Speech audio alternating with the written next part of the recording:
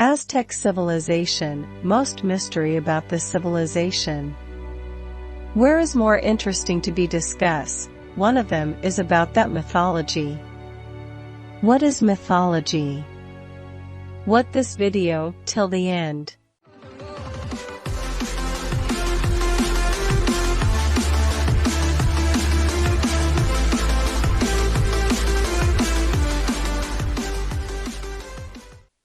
Aztec mythology is the body or collection of myths of the Aztec civilization of central Mexico. The Aztecs were Nahuatl-speaking groups living in central Mexico, and much of their mythology is similar to that of other Mesoamerican cultures.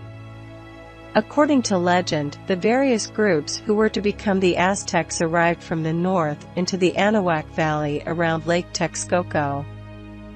The location of this valley and lake of destination is clear. It is the heart of modern Mexico City, but little can be known with certainty about the origin of the Aztec.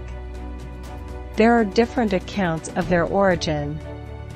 In the myth, the ancestors of the Mexica/Aztec came from a place in the north called Aztlan, the last of 7 Nahuatlacas, Nahuatl-speaking tribes, from Tlaca, man, to make the journey southward, hence their name Azteca.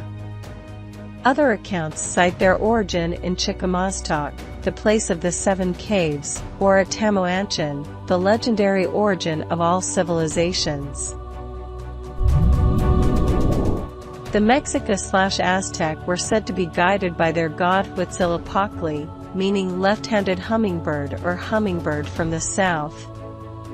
At an island in Lake Texcoco, they saw an eagle holding a rattlesnake in its talons, perched on a nopal cactus. This vision fulfilled a prophecy telling them that they should found their new home on that spot. The Aztecs built their city of Tenochtitlan on that site, building a great artificial island, which today is in the center of Mexico City. This legendary vision is pictured on the coat of arms of Mexico. According to legend, when the Mexica arrived in the Anahuac Valley around Lake Texcoco, they were considered by the other groups as the least civilized of all, but the Mexica or Aztec decided to learn, and they took all they could from other people, especially from the ancient Toltec, whom they seem to have partially confused with the more ancient civilization of Teotihuacan. To the Aztec, the Toltec were the originators of all culture. Toltecatl was a synonym for culture. Aztec legends identify the Toltecs and the cult of Quetzalcoatl with the legendary city of Tollan, which they also identified with the more ancient Teotihuacan. Because the Aztec adopted and combined several traditions with their own earlier traditions, they had several creation myths. One of these, the 5 suns, describes 4 great ages preceding the present world, each of which ended in a catastrophe, and were named in function of the force or divine element that violently put an end to each one of them. Coatlicue was the mother of Sensenhuitznoa, 400 Southerners, her sons, and Coyolxauhqui, her daughter. She found a ball filled with feathers and placed it in her waistband, becoming pregnant with Huitzilopochtli. Her other children became suspicious as to the identity of the father and vowed to kill their mother.